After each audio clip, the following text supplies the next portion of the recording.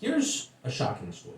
New reporting tonight from John Solomon at the website Just the News reveals that DOJ began spying on the U.S. Congress in 2017. Specifically, DOJ sought grand jury subpoenas for the personal emails of at least 2 staffers on the House Intel Committee, including Kash Patel.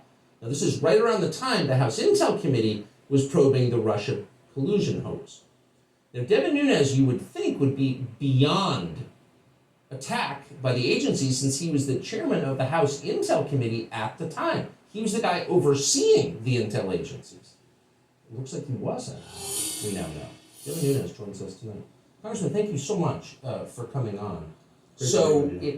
I should say it looks like you were spied upon as well. What do you make of this, now that we know it for sure? Well, look, at this point, Tucker, it appears to be that it's not just a couple staff. It looks like it probably is more. We only have a couple subpoenas at this point, so this is probably just the tip of the iceberg. And what this is remember, they targeted my lawyers. So, and if you go back to the time frame, what was happening? We were in a brawl with the Department of Justice and the FBI because we caught them spying on the Trump campaign and other Republican operatives in 2016 that continued on to 2017.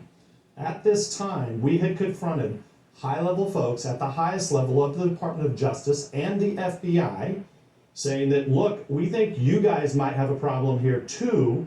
Maybe you should recuse yourself, maybe you shouldn't be involved. You would have thought they would have got to the bottom of it. But instead what they did is they did this cute little way of reverse targeting me by going after my staff to figure out, how did we know this information? What were we going to do with this information? And this was all just months before we made this all public, that the FBI used the Clinton and DNC dirt to spy on Trump and the Trump campaign. You can't have a democracy in which unelected bureaucrats with guns control elected officials. That is not a democracy. Why does no one burn this down and start again? It's the most serious possible threat. It's a much greater threat than any foreign government. Why does no one ever do anything about this?